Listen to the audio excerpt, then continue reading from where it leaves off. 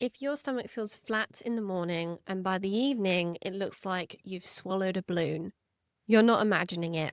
And if you found yourself unbuttoning your jeans by 4 p.m. and then avoiding certain clothes because of how uncomfortable you feel, you're also not alone. This is one of the most common things that I hear from women in their 40s and beyond. They tell me that they just feel bloated all the time, uncomfortable after eating, even when they eat well. And I think most women end up putting it down to age, menopause, and they think that they just have to live with it. But the thing is, bloating is not normal at any age. It might be common. In fact, it is really common, but it's not normal. And more importantly, it's not random. There's always a reason why it's happening. And it is one of the clearest signs that your body gives you that something somewhere isn't working as well as it could be. And today, I want to talk you through what it actually means, what's going on beneath the surface, and why this tends to get worse during perimenopause and menopause, and what it tells us about your gut, your hormones, and your metabolism, and why, if you're struggling with stubborn weight as well, this is often one of the first places we look. Because when you understand what your body is trying to tell you, it all starts to just make so much more sense. I'm Louise Digby. I'm a metabolism nutritionist, and I specialize in helping women over 40 who feel like they're doing everything right, but their body isn't responding. The women I work with are often eating well, exercising, and really trying to take care of themselves, but dealing with things like stubborn weight, fatigue, bloating, cravings, and hormone symptoms that just don't seem to shift. And what I do is help them to get to the root of what is actually driving that. We look at what's happening beneath the surface, things like gut health, nutrient status, hormones, and metabolism. And then we build a plan that works with their body rather than against it. And inside my program, the Nourish Method, we combine functional testing with personalized support and coaching so that we're not guessing and we're not just layering more generic advice on top. So if you found your way here and you're thinking, this sounds like me, you're in the right place. So let's start with why bloating seems to suddenly appear or get worse in your late 30s and 40s.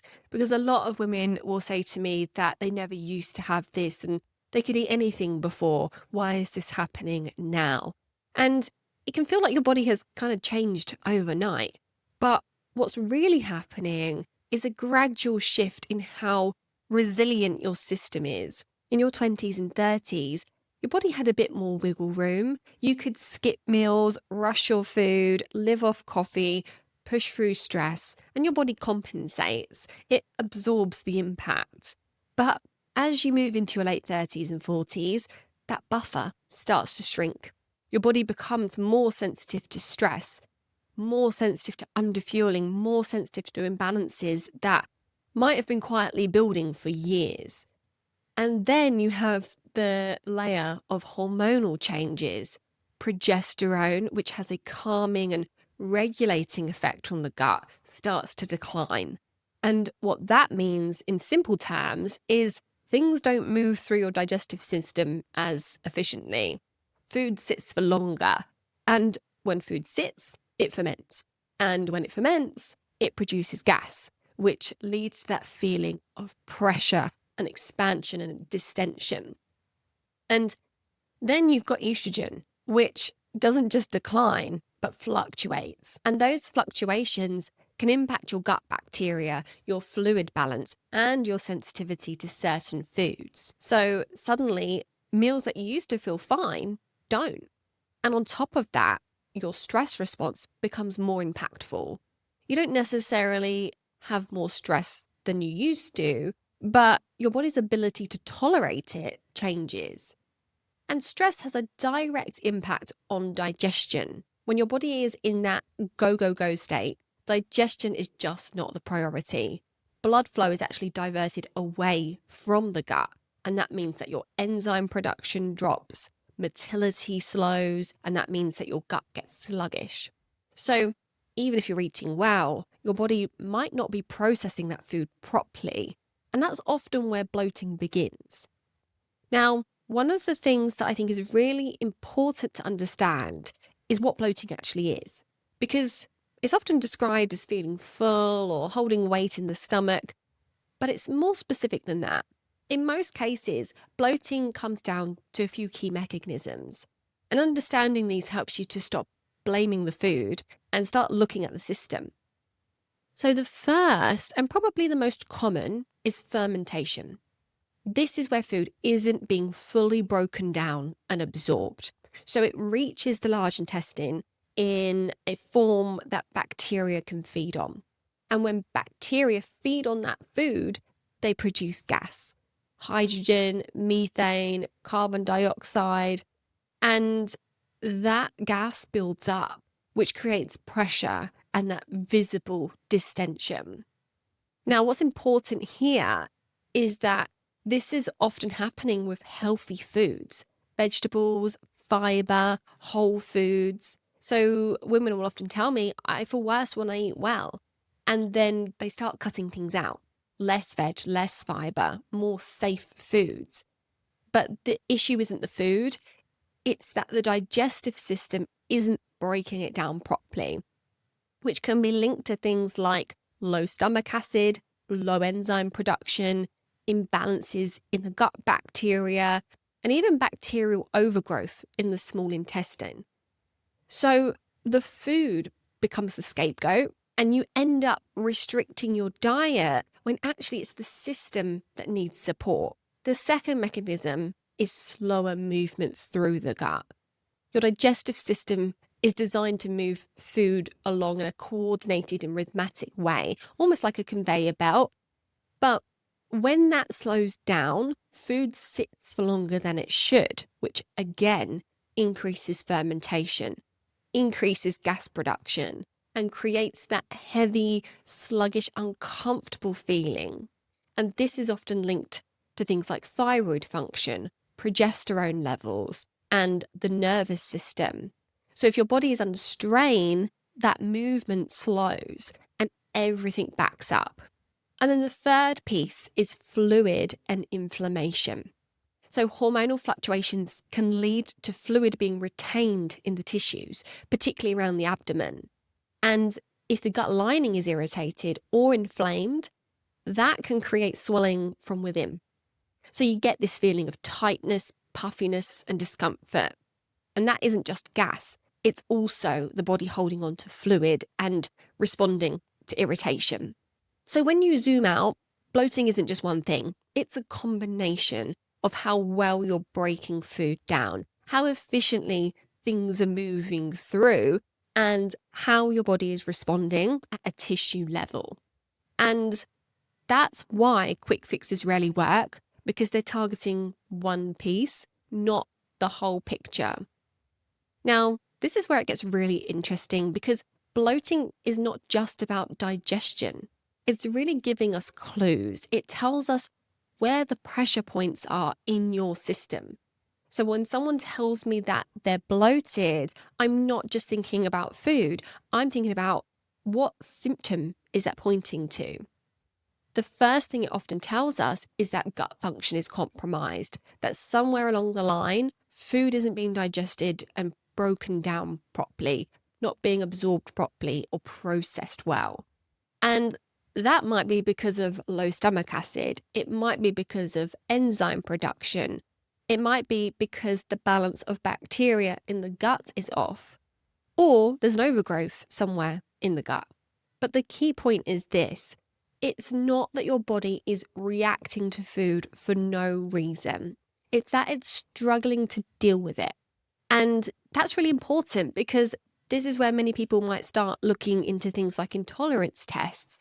And that is a whole other minefield. Ultimately, if you're reacting to food, the likelihood is that the issue is stemming from these things that we've been talking about: acids, enzymes, overgrowth, inflammation. And that's what needs to be tackled rather than simply identifying and removing the triggers. And I'll just briefly mention here that 90% of the intolerance tests out there are a scam and have no scientific basis. If you're testing hair or having muscle testing, you're unfortunately using a method that is completely unproven with no scientific basis at all.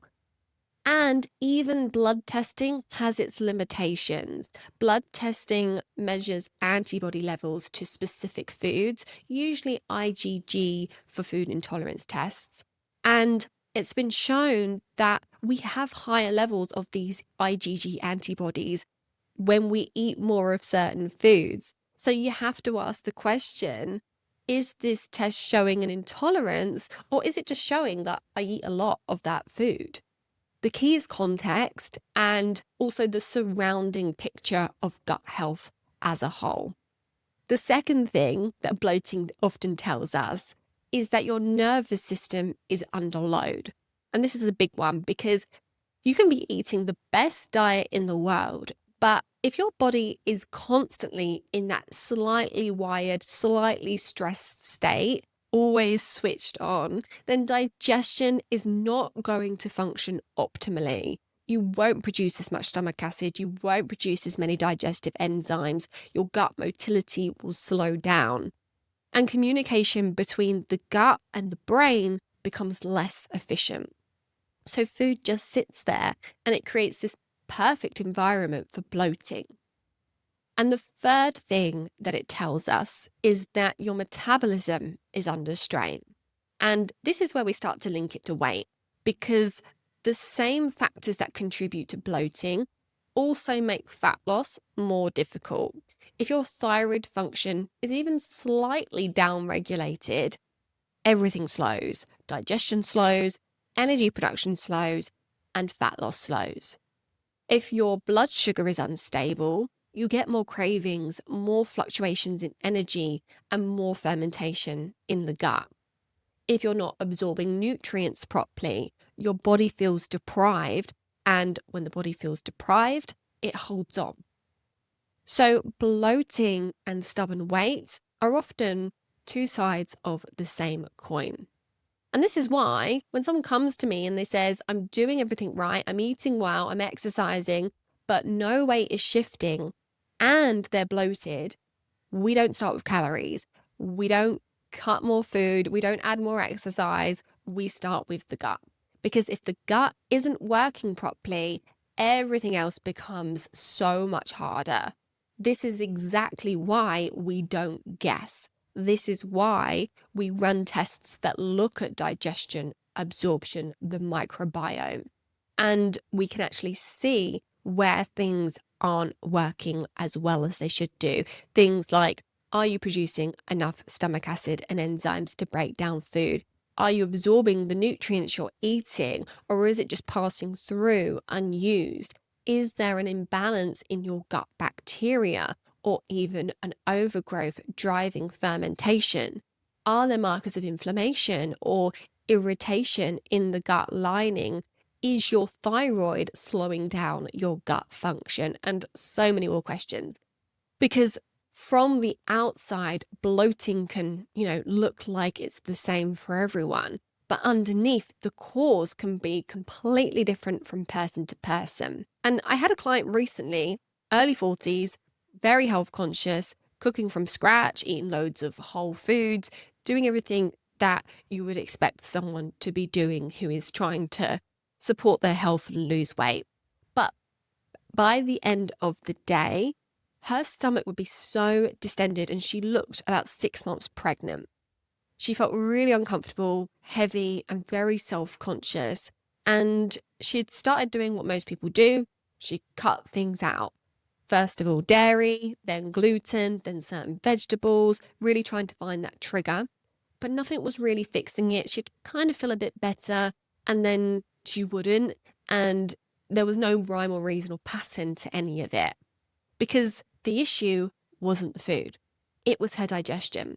So instead of removing more, we supported how her body was processing food. We worked on her nervous system and supported motility.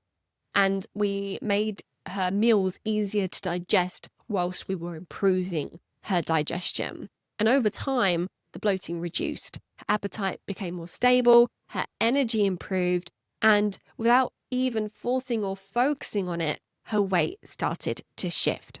And I think this is the part that often gets missed. Bloating is seen as something separate. It's an inconvenience, a cosmetic issue, but it's not.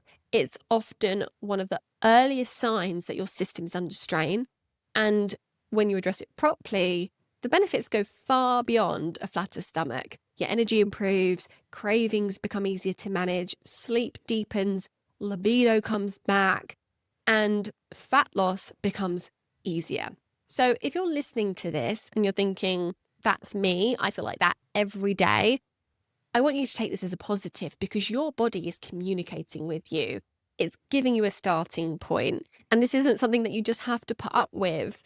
And it's not something that gets fixed by cutting out more foods or being more restrictive. It gets resolved by understanding what your body needs and supporting it in the right order, starting in the right place. And if you want help figuring out what your symptoms are pointing to, I've put a link in the show notes to my hormone and metabolism quiz. It will walk you through what's most likely going on with your body and what to focus on first. But for now, take this away. Bloating is not random. It is not your age, and it's not something that you have to live with. It's a signal. And when you listen to it, everything else starts to fall into place. Thank you for tuning in today. I will see you in the next one.